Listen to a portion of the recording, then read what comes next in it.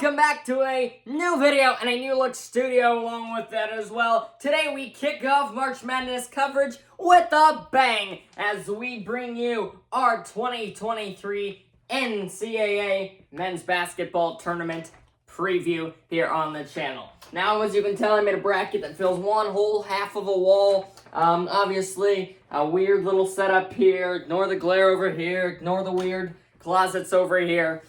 Just try to focus on what we got. Yes, we got March Madness, one of the best times of the year in the sports world. And today we give you a preview of all there is to see in March here in 2023 for the NCAA tournament. 64 teams start off. One will remain. Who's going to be that champion? I'll give you a few of my picks in there. But right now we're trying to really try to get into the nitty-gritty of these matchups. We're going to try to break down everything that's going on in these next few weeks with March Madness, and we're going to try to go through it as quick as possible. Let's start with our first one seed. It's Alabama. They're 29-5, and they got the winner of the play-in game, Texas A&M CC and Southeast Missouri State, who Southeast Missouri State was just barely even able to get in the tournament.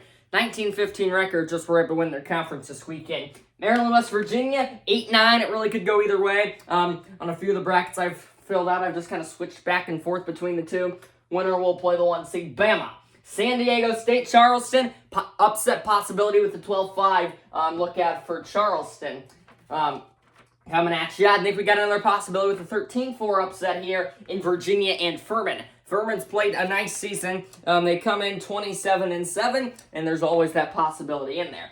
Now with Creighton and NC State, 11-6. I mean, the South, almost all these games could be picked as upsets, I'd say, except for the 2 and 1 seeds. But the South is loaded with upset possibilities. Watch out for 11-6, NC State and Creighton. I'm really digging what we got going on in the South. Upset Central. Baylor, UC, Santa Barbara, 3-14. I think Baylor's got that one pretty securely locked up. And then the winner goes on to play winner of Creighton, NC State. Missouri, Utah State, 10-7. Missouri's played nice. They've got a lot of quad one wins mixed in there. And Utah State is coming off a hot stretch. And I think there's a possibility there for a possible upset against the Tigers. Arizona, Princeton to round out the South side. And I'm liking what we got going on in the South here. I really like the bracket this year. There were a few teams that I think could have gotten in, but they did not. We'll be playing in the NIT. I think we got to watch out for the Arizona Wildcats down there. They played a nice, solid season.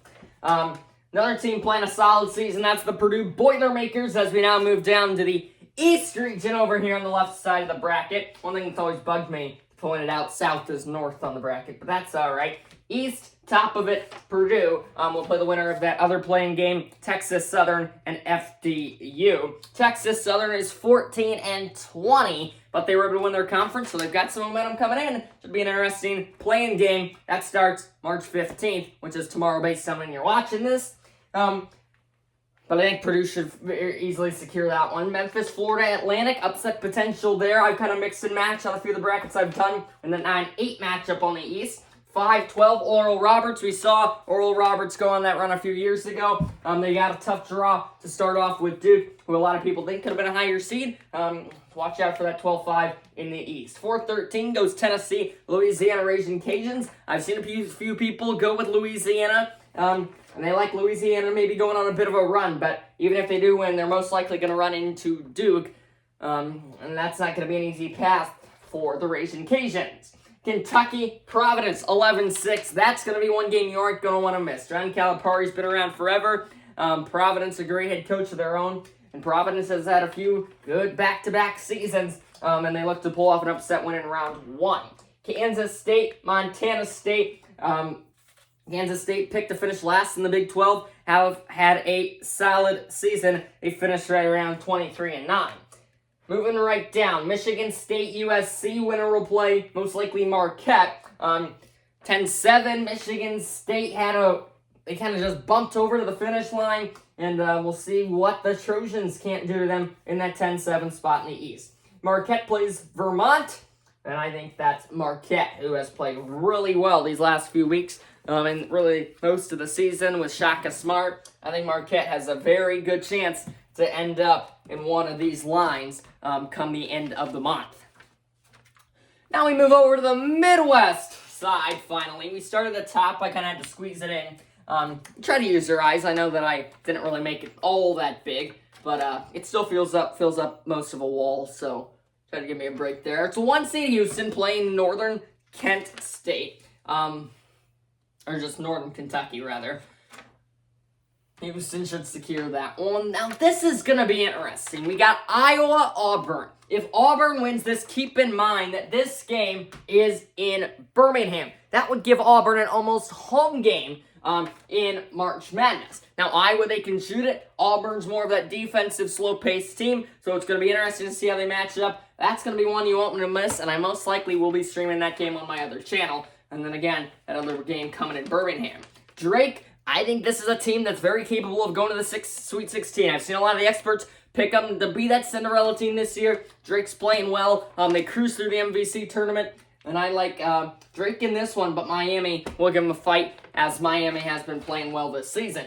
Indiana, Kent State, 13-4 upset possibility on the Midwest side. One at Kent State, Drake be an interesting matchup in the second round. Oh my, but the Hoosiers playing very well this season as well. Iowa State plays the winner of the play-in game, Mississippi State and Pitt, who both got bad draws. I mean, it's never easy to run into Iowa State in that first round, especially how Cyclones have been playing this season. But Pitt and Mississippi State are two great squads this year, and that's going to be a very entertaining play-in game. That's going to be a very entertaining first-round game, whichever wins that.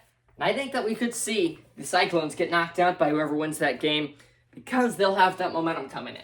Xavier, Kennesaw State. Kennesaw State coming off a 1-win season. How about that? But Xavier has put together one heck of a year for their books. 25-9, 26-8 Kennesaw State. Near the bottom here, the last kind of few matchups, Texas A&M, Penn State. Penn State made it the Big Ten Championship after what a run, knocking off Illinois and then coming close to Purdue in that championship game with a late comeback. It was a bit too late. Texas A&M, I'm loving how the Aggies are playing. That 10-7 is going to be a great one. Penn State with a lot of momentum. We'll see if Texas A&M can put an end to most of their hopes. And Penn State, not looking like they were going to get into the tournament at the start of the week. Great Big Ten tournament. They slide in at the 10 seed.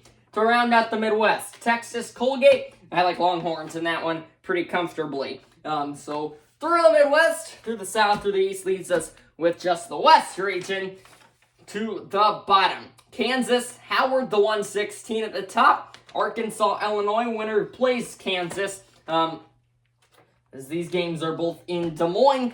As an Illinois fan, I think that I just don't see it in us. I like Arkansas in this game to move on and most likely play the Jayhawks.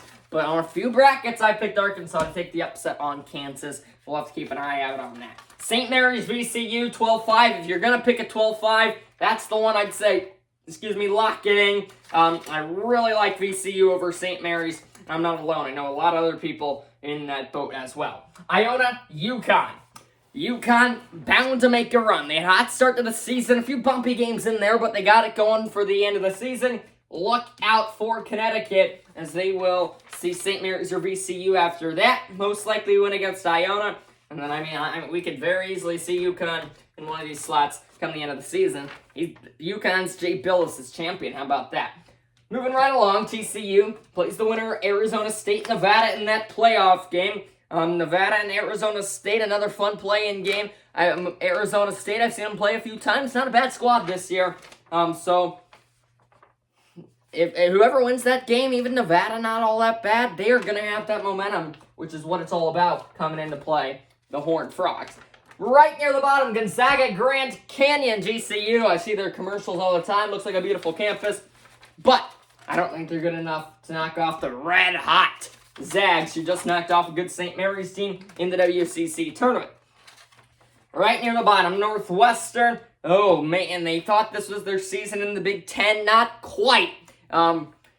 They just could not put it all together in the tournament, but they're rested. Let's see if they can come out hot against Boise State. You always think of them for the blue football field. Here they get it going on the basketball side. UCLA, UNC, Asheville at the bottom in the 2-15. Well, hopefully you understood all that information I just threw at you in the last 10 minutes or so.